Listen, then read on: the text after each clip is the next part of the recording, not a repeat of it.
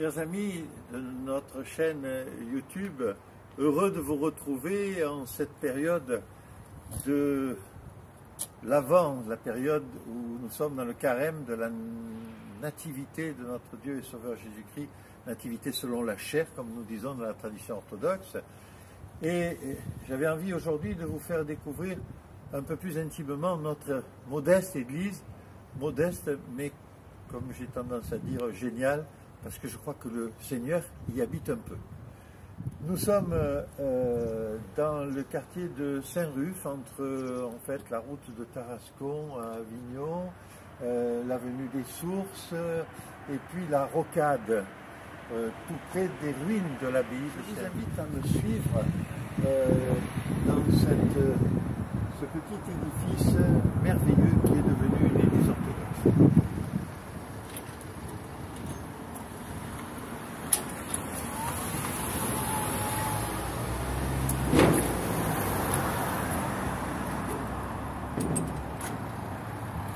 Ce lieu n'avait rien pour devenir une église.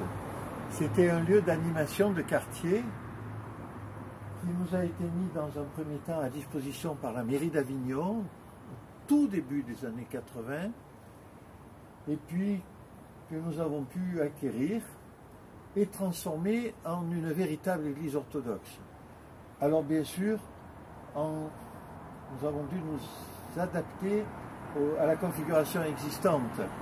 Et l'orientation n'est pas tout à fait bonne, il n'y a pas un grand clocher magnifique, avec des belles voûtes, de beaux élancements, mais c'est devenu une église. Donc cette église, qui était un lieu d'animation de quartier, a été transformée par les fidèles eux-mêmes et quelques entrepreneurs qui en ont fait ce que vous allez découvrir aujourd'hui. Alors, voilà l'entrée de l'église. L'entrée de l'église avec nos deux saints patrons, nos deux protecteurs de l'église, Saint Côme et Saint Damien. J'ai déjà dû vous en parler. Ce sont des martyrs du IIe siècle, originaires d'Orient. C'était des frères, peut-être jumeaux. On les présente comme très ressemblants les uns aux autres. Ils étaient médecins. Et ils soignaient gratuitement et simplement en invoquant le nom du Seigneur. Je vous invite à me suivre.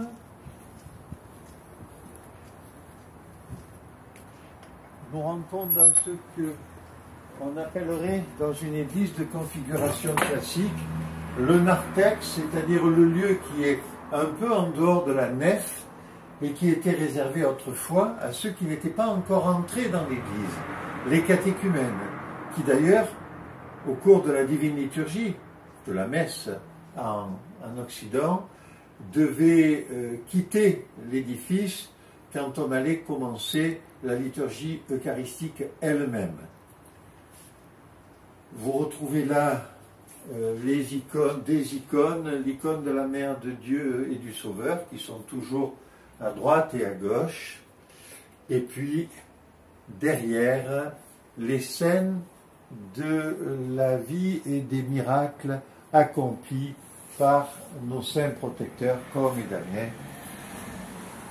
Alors bien sûr, ce sont des scènes allégoriques, elles sont très belles, mais nous n'avons pas les photos d'époque pour savoir comment cela s'est passé.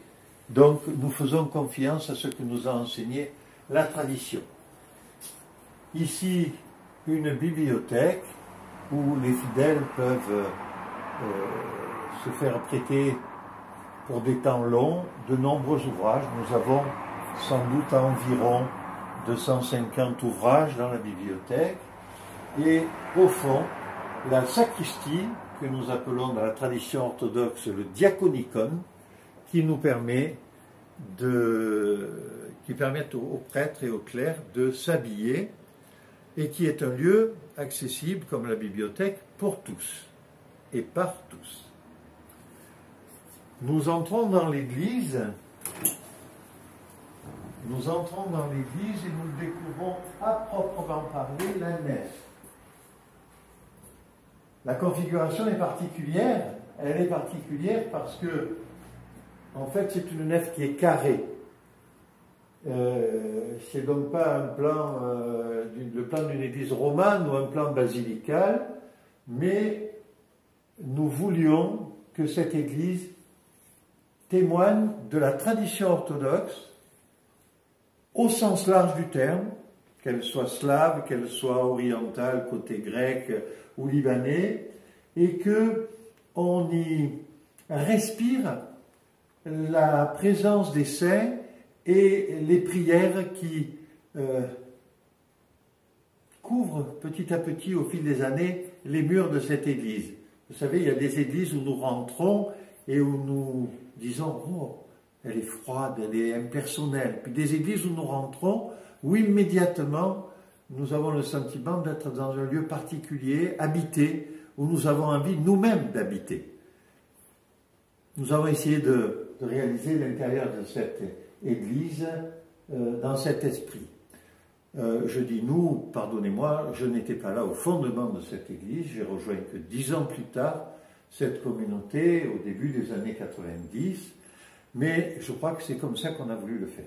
Alors l'église, elle est de configuration pour le reste assez classique, c'est-à-dire la nef, où sont présents les fidèles, généralement debout. Il y a là des traditions différentes. Dans les pays slaves, il n'y a même pas de chaise. Et dans d'autres pays, la Grèce, la Syrie, le Liban, on trouve des chaises. Dans cette église, qui est toute petite, nous sommes le dimanche, ben ça dépend des dimanches, mais un minimum de 60-70 personnes, et puis 100 personnes,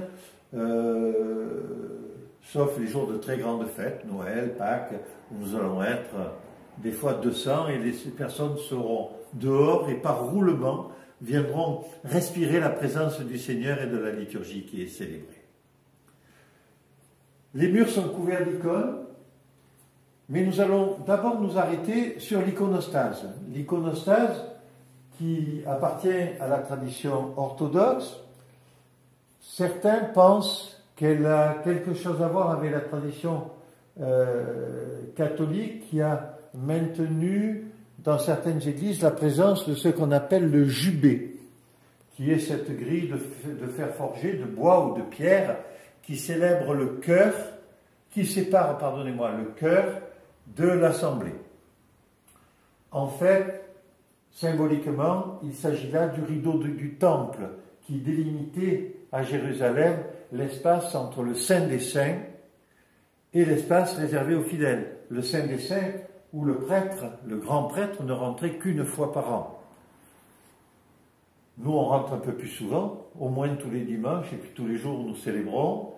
Et donc, cette iconostase a un certain nombre de signes communs que l'on retrouve dans la plupart des iconostases. Au-dessus du porche de l'entrée de l'iconostase, au-dessus des portes saintes, il y a toujours un crucifix, avec la présence du Seigneur en croix, généralement, ce qui va nous différencier, par exemple, de nos frères chrétiens protestants, où généralement la croix n'est que la croix. Et elle symbolise à elle seule la vie du Christ, sa mort, sa résurrection. En dessous, les portes royales. Ces portes royales peuvent recevoir plusieurs icônes, plusieurs décorations. Pour nous, c'est l'Annonciation, l'ange Gabriel qui vient voir Marie et qui lui annonce, si elle l'accepte, qu'elle sera la mère de notre Seigneur. Et puis, deux des très grands hiérarques de l'Église orthodoxe, Saint Jean Chrysostome, Saint Basile le Grand. On en a mis deux face à face parce que ce sont souvent les plus connus, mais nous aurions dû rajouter Saint Grégoire de Naziance, qui sont vraiment les trois grandes figures théologiques de l'Église orthodoxe. Toujours à droite, la présence de notre Seigneur, à gauche, la Mère de Dieu, la Théotokos pour nous, la Vierge Marie, de façon plus classique, avec l'enfant Jésus dans ses bras. Les icônes, vous le savez, sont codifiées depuis maintenant, je dirais presque la nuit des temps, quasiment 2000 ans, puisqu'il semblerait que les premières icônes aient été écrites par Saint Luc. Et bien sûr, c'est un enfant qui est représenté dans les bras de sa mère, avec une tête dont on ne sait pas si c'est une tête d'enfant ou une tête d'adulte, mais c'est le classicisme de l'icône qui est comme cela. Il bénit avec sa main droite, comme le prêtre orthodoxe le fait quand il bénit l'assemblée, le pouce et l'annulaire croisés, qui symbolisent la double nature, totalement homme et totalement Dieu, de notre Sauveur Jésus-Christ, et les trois autres doigts, eh bien c'est le symbole trinitaire, le Père, le Fils et le Saint-Esprit. On dit parfois que sur certaines icônes, le pouce et l'index sont croisés pour former un X, le X qui donne Christus. Les deux portes, la porte nord et la porte sud, servent à la circulation des clercs. On sort toujours pendant les offices par la porte nord, qui, comme vous le voyez ici, représente l'archange Saint-Michel, et on rentre toujours par la porte sud, qui représente là l'archange Gabriel, celui de l'Annonciation dont on parlait tout à l'heure. Assez classiquement, à la droite de l'archange Gabriel, il y a le précurseur. Le précurseur, c'est-à-dire Saint Jean-Baptiste, celui qui a baptisé le Seigneur dans le Jourdain et qui a fini avec la tête tranchée. Cette icône est symbolique à cet égard.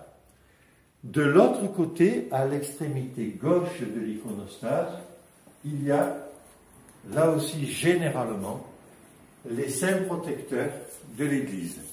Nous avons vu tout à l'heure à l'extérieur les mosaïques de ces deux saints. Là, c'est leur icône devant laquelle nous nous prosternons. Peut-être petit détail pour vous aider à partager notre réalité. Lorsque nous entrons dans l'Église, nous allons vénérer l'icône du Seigneur, puis l'icône de la Mère de Dieu, puis l'icône de nos saints protecteurs, puis l'icône du précurseur, de Saint Jean-Baptiste. Cette vénération consiste à s'incliner et à se signer, puis à embrasser l'icône. J'emploie bien le mot vénération, car nous n'adorons pas l'icône, nous n'adorons qu'un seul Dieu, et Dieu seul. En revanche, derrière ces images, ces icônes peintes de main d'homme, nous vénérons la présence du Seigneur qui a illuminé ceux qui sont représentés. Alors pour la Mère de Dieu et pour le Seigneur, la question ne se pose pas trop. Pour les anges, on comprend bien qu'ils étaient, et les archanges, on comprend bien qu'ils étaient dans la vie céleste auprès de Dieu. Pour les autres, c'est la présence de Dieu devant laquelle nous nous inclinons, et c'est la vénération c'est ce que disent les pères, va non pas à l'image représentée, mais au prototype qui habite cette image, c'est-à-dire au Seigneur. Tout autour de l'Église, diverses icônes qui représentent des scènes de la vie du Christ généralement, qu'il s'agisse de l'Ascension, qu'il s'agisse de la présentation au temple de l'enfant Jésus, qu'il s'agisse de l'Annonciation, qu'il s'agisse de la présentation de la très sainte Mère de Dieu, de la Vierge Marie, au temple, par Joachim et Anne, ses parents. Elle est venue là de manière miraculeuse, puisqu'ils avaient passé l'âge pour enfanter. Et puis, bien d'autres bien d'autres icônes. Je ne vais pas faire le tour de toutes. Si certains d'entre vous voulaient à l'occasion venir visiter, ils auront droit à une visite guidée, ça sera bien volontiers. La nativité de la très sainte Mère de Dieu, de la Vierge Marie, voilà, qui est très proche dans la présentation de certaines icônes de la nativité du Christ. Sauf qu'on voit que c'est une petite fille qui est là. Voilà. Les iconographes, vous pourrez vous expliquer dans le détail l'ensemble des symboles que l'on retrouve dans la présentation de ces images peintes de main d'homme, qui toutes renvoient soit à des psaumes, soit à des évangiles, mais généralement quand même à la culture vétérotestamentaire, c'est-à-dire à la culture de l'Ancien Testament. Et vous voyez qu'il y a là tout autour, tout plein d'icônes qui sont offertes à l'Église, qui ont été commandées par l'Église. Voilà, la grande icône surélevée ici, c'est l'icône de la résurrection de Pâques. Cette icône qui nous permet de savoir que le Christ est venu sortir ceux qui étaient morts des Hadès pour les ressusciter. Et vous observez la proximité extraordinaire et mystérieuse qu'il y a entre le calvaire du Seigneur et cette résurrection au troisième jour. L'immense douleur que nous revivons chaque année au cours de la Semaine Sainte en relisant les Écritures et notamment les évangiles de la condamnation du Seigneur et la joie que nous éprouvons au soir du samedi de Pâques ou du dimanche matin. Nous pouvons poursuivre un peu la visite. Alors, pour accéder à des lieux interdits, alors non, nous respectons simplement dans notre organisation la tradition. Beaucoup de gens peuvent rentrer dans le sanctuaire. Il suffit qu'ils aient reçu la bénédiction d'un prêtre et qu'ils y rentrent avec respect. Le sanctuaire, j'ai oublié de vous le dire, porte en haut toute une série d'icônes qui généralement représentent la plupart des fêtes du Seigneur. Vous savez qu'il y a 12 grandes fêtes dans l'année liturgique et une 13e que l'on appelle la fête des fêtes, qui est la fête de Pâques. Mais parmi toutes ces fêtes, vous avez la résurrection de Lazare, vous avez l'Annonciation, vous avez la présentation au temple, vous avez bien sûr l'Ascension, la Pentecôte, où l'Esprit Saint descend sur l'Église naissante, etc. Voilà. Alors, dans la tradition, il y a un rideau qui coupe symboliquement le lieu où repose le Seigneur, toujours à travers ce qu'on appelle les saintes espèces, c'est-à-dire la communion qui est conservée dans le sanctuaire, et les fidèles, le lieu où on peut déambuler librement. Ce rideau n'est jamais fermé dans les paroisses au cours de la liturgie. Il n'est jamais fermé non plus lorsque l'évêque est présent, parce que c'est le Seigneur lui-même qui est là, représenté en la personne de l'évêque, et la pierre du tombeau a été roulée. Donc, le tombeau est ouvert, le Christ est ressuscité. Alors, ça, ce n'est jamais fermé, sauf dans certaines traditions monastiques, où il y a des mouvements de rideau au cours des offices. Les portes royales sont également ouvertes à partir du début de la liturgie. Et elles permettent de découvrir l'autel. L'autel sur lequel a lieu le sacrifice non sanglant. L'autel porte toujours deux bougies, généralement la menorah, c'est-à-dire le chandelier à 7 branches, qui nous vient de la tradition judaïque, et dessous le tapis, la croix de bénédiction du prêtre et l'évangéliaire, le livre qui contient les évangiles pour toutes les célébrations de l'année et toutes les circonstances particulières, qu'il s'agisse des évangiles du dimanche, de tous les jours de l'année, mais aussi des fêtes et aussi des célébrations particulières au cours desquelles il y a une lecture d'évangiles, les funérailles, les fiançailles, les mariages, les baptêmes, et toutes ces choses-là, comme je dis souvent, il y en a certaines que je préfère pour tout dire, parce que les funérailles, même si c'est un magnifique office qui confie l'âme de celui qui s'est endormi au Seigneur, pour qu'il vive pour l'éternité près de la lumière de la face de Dieu, comme on dit, nous avons quand même des familles dans la douleur, ce qui n'est pas vrai pour les mariages et les baptêmes. Toujours dans le sanctuaire, il y a un deuxième autel qui est essentiel au rituel. Ce deuxième autel est l'autel de la proscomidie.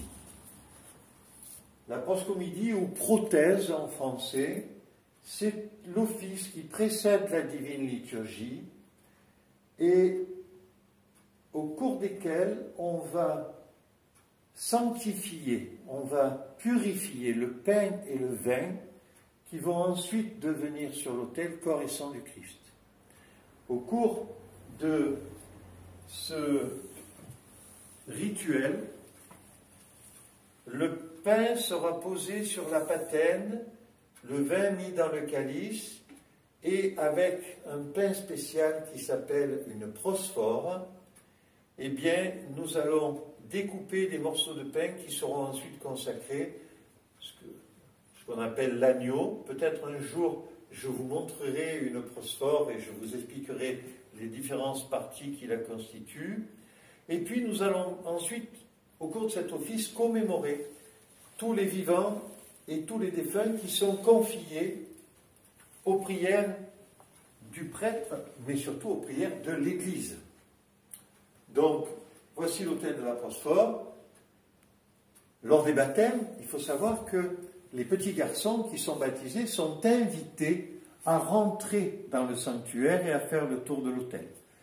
Les petites filles s'avancent jusque devant les portes royales, du moins c'est comme ça que je vis la tradition pour qu'elles ne se sentent pas exclues. Mais c'est vrai que généralement les femmes n'entrent pas dans le sanctuaire, sauf si elles ont reçu une bénédiction spéciale. Et par exemple, il y a des femmes qui s'occupent du ménage et qui peuvent rentrer dans le sanctuaire. Dans les monastères de moniales, c'est-à-dire de femmes moines, bien évidemment, ce sont des femmes qui rentrent dans le sanctuaire, qui préparent tout ce qui est nécessaire à la liturgie, et pourtant ce sont des femmes. Alors, ce sont de saintes femmes, ce sont des moniales, mais donc on ne tombe pas foudroyé parce qu'on est rentré dans le sanctuaire. On respecte simplement une tradition. Vous apercevez également, et la visite va être quasiment terminée, sur une étagère du côté droit de la déisis. La déisis, c'est la représentation sur une icône du Seigneur, de la Vierge Marie, de la Théotokos et de Saint Jean-Baptiste. Cette icône s'appelle la déisis. Et à droite de la déisis, sur une étagère, vous avez un coffret. Ne vous inquiétez pas, ce n'est pas de l'or, mais ce qu'il contient est plus riche que de l'or. Ce sont les saintes parcelles qui sont consacrées le jeudi de la semaine sainte au matin, et qui sont la provision des morceaux de pain et des gouttes de vin devenus corps et sang du Christ, qui vont être conservés toute l'année, notamment pour la communion des malades, ou pour des communions en cas d'urgence. Et vous retrouvez dans le pendant de cet artophorion, que l'on appelle, le tabernacle dans la tradition catholique, ça me revient. Vous avez à nouveau les icônes de Saint Côme et Saint Damien, protecteurs de ce sanctuaire.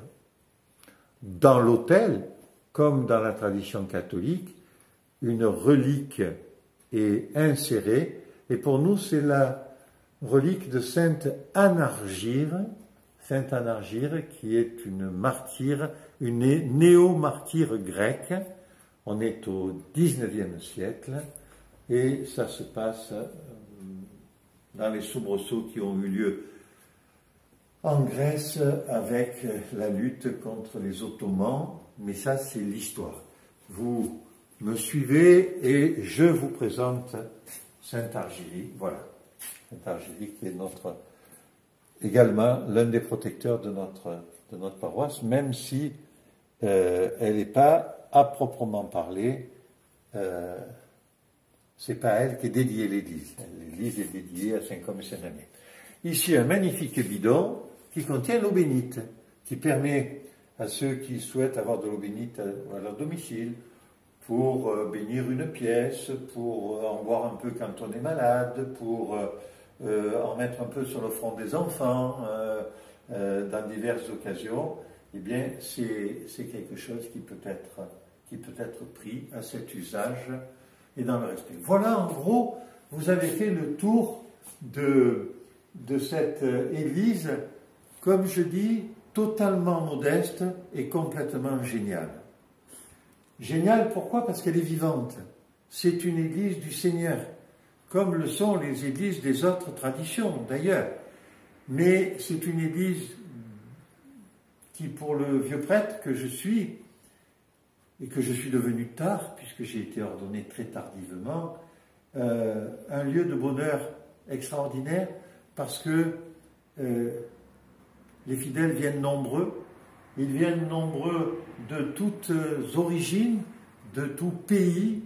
Je vous l'ai dit, je crois, dans une précédente émission, mais lorsque, avant la communion, on récite le Notre Père, nous le récitons entre 6 et 12 langues différentes avant de le chanter en français, dans l'ordre de tous ceux qui ont rejoint ce lieu pour construire une paroisse et une église vivante, aujourd'hui encore, de la tradition orthodoxe. Alors c'est le grec, c'est le russe, c'est le roumain, c'est le bulgare, et on rajoutera plein de langues, l'allemand, l'anglais, l'arabe, le lituanien, le letton, le serbe, le géorgien, enfin, en fonction de ceux qui seront là. Voilà, j'espère que cette présentation vous aura permis de vous approprier un petit peu plus la réalité d'une église orthodoxe, son organisation, je serais tenté de dire ses fonctionnalités. Cette église-ci, elle est modeste. On ne peut pas la comparer, nous sommes à Avignon, à des églises très belles, comme celle d'Avignon, Notre-Dame-des-Dons, Saint-Didier, Saint-Agricole, un des premiers évêques d'Avignon, Saint-Ruf, une église plus récente, mais qui est très majestueuse. Mais elle attire les gens qui ont besoin de la présence de Dieu, soit parce qu'ils sont convertis, soit parce qu'ils ont été baptisés, ils ont été trempés au sens propre dans la marmite petit pour leur baptême, puisqu'on baptise par immersion, mais tous ceux qui sont en recherche de temps de paix dans cette société qui devient tellement douloureuse devant nos yeux et parfois qui nous amènerait à un peu perdre l'espérance. L'espérance, elle est ici et vous y serez accueillis chaque fois que vous le souhaitez. Je vous souhaite une bonne fin du carême de Noël avant de vous retrouver très vite pour échanger avec vous quelques mots sur Noël.